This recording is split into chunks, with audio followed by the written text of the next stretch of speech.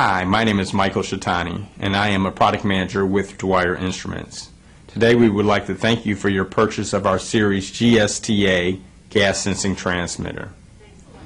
In today's video, we are going to discuss how to calibrate the transmitter as well as how to replace the sensor.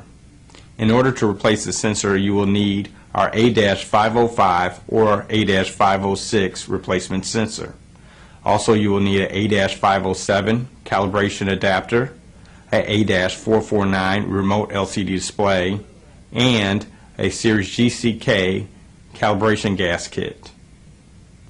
Now let's get started. The first step is going to be to remove the cover from the transmitter. In order to do this, you will need to loosen the 4 screws in the corners of the lid. The next step will be to locate the sensor in the center of the circuit board. We will remove the sensor by pulling firmly to pull it out of the pins. Next, we will take the new sensor and we will remove the shorting wire from the bottom of the sensor.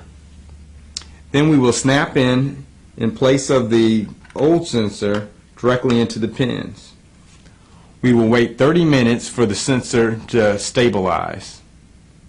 Now that we have our replacement sensor installed, we will add our A-507 calibration adapter over the sensor.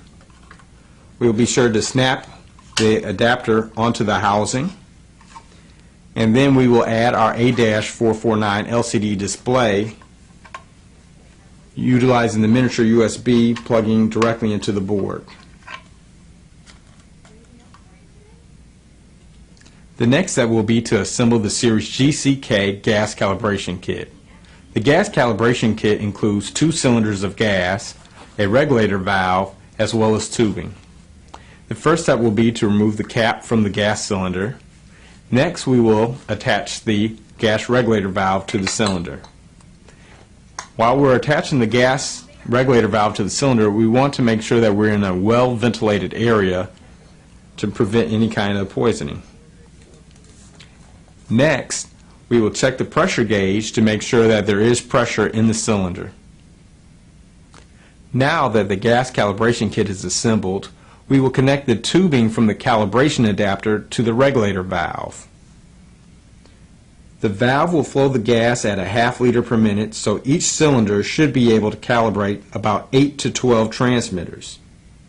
Once the tubing is connected to the nitrogen cylinder, or the sensor is vented to a 0 part per million carbon monoxide environment, the transmitter should be powered.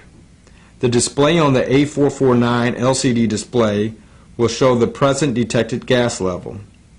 Press the span and 0 button simultaneously for 5 seconds to enter the calibration menu. The display will change to read Cal in the upper right hand corner of the display and 0 on the main display. It is recommended that the gas be allowed to flow for up to 3 minutes to ensure that the air above the sensor is completely purged of any carbon monoxide. Then hold the 0 button for 5 seconds. The main display will show 200 parts per million and Cal will remain in the upper right hand corner of the display.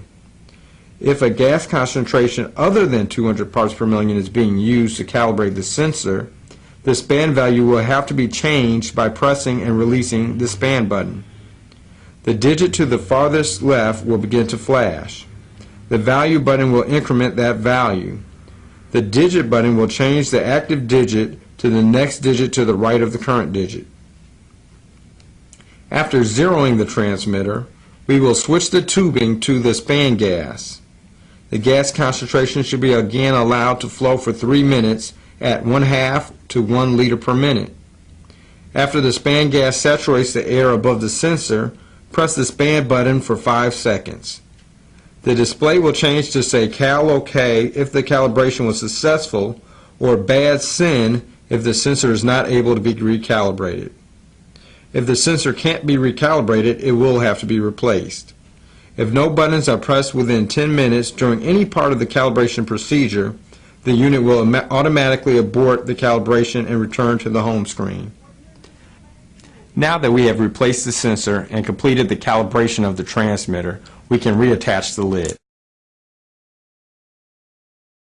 This calibration procedure should be done every 6 months for optimal accuracy of the transmitter.